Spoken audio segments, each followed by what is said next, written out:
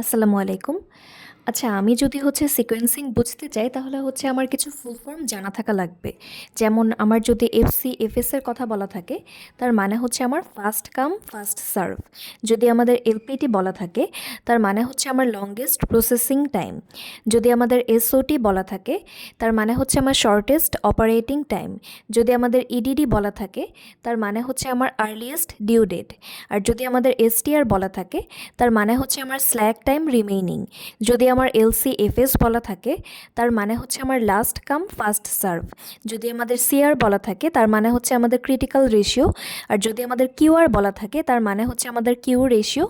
যদি আমাদের আরও বলা থাকে, তার মানে আমাদের র্যান্ডম অর্ডার। আর একেবারে লাস্টে যদি আমাদের সিইউএসটি পিআর দেওয়া থাকে, এখানে সিইউএসটি দিয়ে আমি বলতে পারি যে কাস্টমার, আর পিআর দিয়ে আমি বলতে পারি প্রায়োরিটি। সো এটা আমাদের হাইয়েস্ট কাস্টমার প্রায়োরিটি।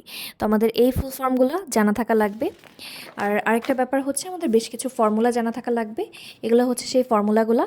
একটা ফর্মুলা আমাদের এভারেজ কমপ্লিশন টাইম, আরেকটা আমার ইউটিলাইজেশন, আরেকটা average number of jobs in a system, আরেকটা এভারেজ লেটনেস। তো ফর্মুলাতে আমি পরে আসি, তার আগে আমি একটু দেখে নিই যে আমাদের কোন জিনিসগুলো দেওয়া থাকবে, কোন জিনিসগুলো দেওয়া থাকবে না। সো আমাদের সিকোয়েন্সিংয়ের ক্ষেত্রে এই ভ্যালুগুলো দেওয়া থাকবে। মানে শুরু থেকে দেখি, এগুলো আমাদের কী কী জব আমাদের এখানে পারফর্ম করা হবে, সেই জবগুলো। সো এটা আমাদের দেওয়া থাকবে। এরপর আমার কোন জব করতে কতটুকু সময় লাগে, যেটাকে আমি বলতে পারি জব ওয়ার্ক টাইম, কিংবা আমরা বলতে পারি প্রসেসিং টাইম। দুইটা, একটা জব ওয়ার্ক টাইম, আরেকটা প্রসেসিং টাইম। তো এই সময়টা আমাদের দেওয়া থাকবে, কোন কাজের জন্য ঠিক কতটুকু সময় লাগবে। আরেকটা আমার ফ্লো টাইম, যেটা আমার কিউমুলেটিভ হিসেবে আমরা বের করব। আরেকটা আমার ডিউ ডেটটা দেওয়া থাকবে, আমাদের কোন কাজ জমা দেওয়ার জন্য কতদিন সময় দেওয়া হচ্ছে, সেই ডিউ ডেটটা আমাদের এখানে দেওয়া থাকবে। আর লাস্টে আমার জব লেটনেস, যেটা আমাদের দেওয়া থাকবে না, এটা আমাদের বের করতে হবে। তো যেগুলো দেওয়া থাকবে ওগুলো তো থাকবে, যেগুলো দেওয়া থাকবে না সেগুলো কীভাবে বের করব সেটা দেখি। আমাদের এখানে ফ্লো টাইমটা বের করার জন্য আমাদের কিউমুলেটিভ ওয়ে যেহেতু আমরা ফলো করব, সো আমাদের এখানে প্রসেসিং টাইমের সাথে আমাদের এটা মিল রেখে বের করতে হবে। সো 4-এর জন্য 4, এরপরে আমার 4-এর সাথে আমাদের 11 হচ্ছে, সো এখানে আমাদের 11 পাচ্ছি। আবার 11 আর 3 যোগ করে আমাদের 14 হচ্ছে, তাই আমরা এখানে 14 পাচ্ছি। আবার 14 আর 1 যোগ করে আমাদের 15 হচ্ছে, সো আমরা এখানে 15 পাচ্ছি। তো আমাদের এই জব ওয়ার্ক টাইম বা প্রসেসিং টাইম সেটা আমাদের যোগ করে ফেলতে হবে। আবার ফ্লো টাইম সেটা আমাদের যোগ করে ফেলতে হবে। এরপরে আমাদের জব লেটনেস আমরা কীভাবে বের করব। আমাদের ফ্লো টাইম আমরা বের করা হয়েছে। এখন আমি দেখব আমাদের ডিউ ডেট ছিল 5 দিনের মধ্যে আমাকে দিতে হবে। আর ফ্লো টাইম দিয়ে আমি বুঝতে পারি যে আমি ঠিক কয় দিনের মধ্যে কাজটা জমা দিচ্ছি। সো আমাদের যেহেতু 5 দিনের মধ্যে দেওয়ার কথা, আর আমি 4 দিনের মধ্যেই দিয়ে দিছি, সো আমি তো লেট ছিলাম না, তাই না? তাই আমাদের এখানে জব লেটনেস হবে 0। আবার এই কাজটা, বি নাম্বার কাজটা আমার 10 দিনের মধ্যে জমা দেওয়ার কথা ছিল, কিন্তু আমি জমা দিচ্ছি 11 দিনের মধ্যে। সো আমি যেহেতু 11 দিনের মধ্যে জমা দিচ্ছি, 10 দিনের মধ্যে দেওয়ার কথা ছিল, তার মানে আমি একদিন লেট, তাই না? তো এখানে আমার জব লেটে এখানে আমাদের 1 হবে। আবার এই কাজটা ডিউ ডেট ছিল আমার 6 দিনের মধ্যে জমা দেওয়ার কথা, আমি জমা দিচ্ছি 14 দিনের মধ্যে। তার মানে আমার এখানে কতদিন লেট? অনেক দিন, কিন্তু 14 থেকে আমি 6 বাদ দিব, তাহলে আমার 8 দিনের মতো আমি লেট থাকি। আবার এই কাজটা আমাদের ডি নাম্বার কাজটা আমার 15 দিনের মধ্যে, সরি, ডিউ ডেট 4 দিনের মধ্যে জমা দেওয়ার কথা, আমি জমা দিছি 15 দিনের মধ্যে। তার মানে 15 থেকে যদি 4 বাদ দিই 11, অর্থাৎ আমি 11 দিনের লেট। তো আমার টোটাল কয়দিন আমি লেট করলাম, আমি সবগুলো যোগ করলে যে 20 দিন পেয়ে গেলাম। এখন আসি আমরা যে ফর্মুলাগুলো দেখছি একটু আগে, এই যে ফর্মুলাগুলো ছিল। তো আমাদের প্রথমে আমার বলা যে average completion time. So average completion time বের করার জন্য আমাকে ফ্লো টাইমগুলোর যোগফল, এটাকে আমি নাম্বার অফ জবস দিয়ে ডিভাইড করব। তো এভারেজ কমপ্লিশন টাইম, তো আমাদের হইতেছে ফ্লো টাইম কোনটা, এটা। তো এই ফ্লো টাইমের আমার যোগফল কত, 44 ছিল। এই 44কে আমি এই যে এভারেজ কমপ্লিশন টাইম বের করার জন্য নাম্বার অফ ওয়ার্কস, তো নাম্বার অফ ওয়ার্ক এখানে কয়টা আছে, 4টা আছে, 4 দিয়ে আমি ভাগ দিলাম, তো 11 দিন পেয়ে গেলাম। এরপরে আমাদের ফর্মুলা ছিল ইউটিলাইজেশন। তো ইউটিলাইজেশনে বলা ছিল যে total job work time or processing time, যেটাকে আমি ডিভাইড করব সাম অফ ফ্লো টাইম দিয়ে। একটা জিনিস খেয়াল করি যে আমাদের এই সাম অফ ফ্লো টাইমটা, যখন আমি এভারেজ কমপ্লিশন টাইম বের করব তখন সাম অফ ফ্লো টাইমটা থাকে উপরে, যখন আমি ইউটিলাইজেশন বের করব তখন এই সাম অফ ফ্লো টাইমটা থাকবে নিচে। আবার যখন আমি average number of jobs in a system বের করব, তখন আবার এই সাম অফ ফ্লো টাইমটা থাকবে উপরে। তো এভারেজ কমপ্লিশন টাইমের ক্ষেত্রে কিন্তু এই সাম অফ ফ্লো টাইমটাকে আমি নাম্বার অফ জবস দিয়ে ডিভাইড করলেই হচ্ছে। আরেকটা ক্ষেত্রে সাম অফ ফ্লো টাইম উপরে থাকতেছে, সেটা হচ্ছে এখানে, যেটা হচ্ছে average number of jobs in a system.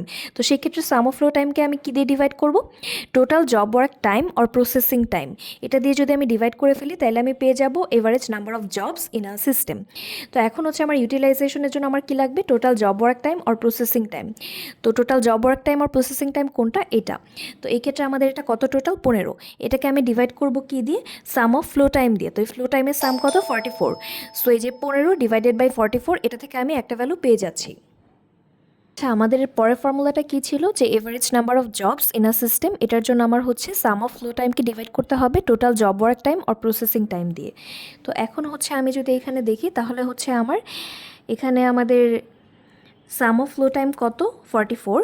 এটাকে আমার ডিভাইড করতে হবে হচ্ছে আমার জব ওয়ার্ক টাইম যেটা টোটাল সেটা দিয়ে। সো 44কে আমি যদি 15 দিয়ে ডিভাইড করি তাহলে হচ্ছে আমি পেয়ে যাচ্ছি average number of jobs in a system, যেটা হচ্ছে আমার এদিকে 44 ডিভাইডেড বাই 15, যেটা হচ্ছে 2.93, যেটাকে আমি বলতে পারি অলমোস্ট অ্যাকচুয়ালি 3।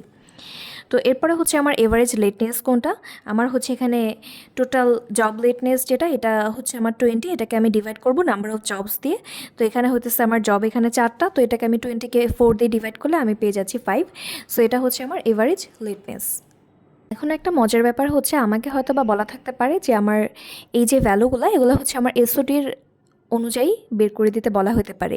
তো এসওটি কি? এসওটি হচ্ছে আমার শর্টেস্ট অপারেটিং টাইম। তো অপারেটিং টাইম কোনটা? প্রসেসিং টাইম আমরা বলতে পারি, এটাকে আমরা অপারেটিং টাইম বলতে পারি। তো এখানে যদি আমরা দেখি শর্টেস্ট কোনটা? এটা, রাইট? ডি। এরপরে কোনটা? সি। এরপরে কোনটা? আমার এই 4 অর্থাৎ এ। এরপরে কোনটা? 7। সো আমাকে হচ্ছে তখন এই জিনিসটাকে জাস্ট রিঅ্যারেঞ্জ করতে হবে আমার এই 4টা মানে শর্টেস্ট অপারেটিং টাইম অনুযায়ী। সো আমার ফার্স্টে হবে ডি, তারপরে হবে আমার সি, তারপরে হবে আমার এ, তারপরে হবে আমার বি।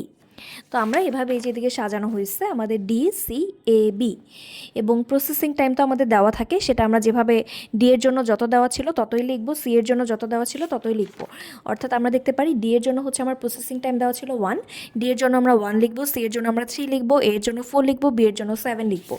তো এই কাজটাই আমাদের করা হয়েছে। এরপরে হচ্ছে আমার ফ্লো টাইমটা আমরা বের করব। ডিউ ডেটও হচ্ছে আমার দেওয়া থাকে যেটার জন্য যেটা, সেটাই আমরা দিব। যেমন হচ্ছে আমার এদিকে ডি এর জন্য ডিউ ডেট ছিল আমার 4, তো ডি এর জন্য আমি 4ই লিখবো। বাট সি এর জন্য আমার ডিউ ডেট ছিল 6, তো সি এর জন্য আমি 6ই লিখবো। এভাবেই ডি এর জন্য এই যে আমার ডিউ ডেট হচ্ছে 4 লেখা হয়েছে, আবার সি এর জন্য ডিউ ডেট 6 লেখা হয়েছে। আর ফ্লো টাইমটা হচ্ছে আমরা বের করব, যেমন এখানে 1, তাই এখানে 1, 1 এর সাথে 3 যোগ করে আমার 4 হচ্ছে, সো এখানে 4, 4 এর সাথে 4 যোগ করে আমার 8 হচ্ছে, সো এখানে 8, আর 8 এর সাথে 7 যোগ করে আমার 15 হচ্ছে।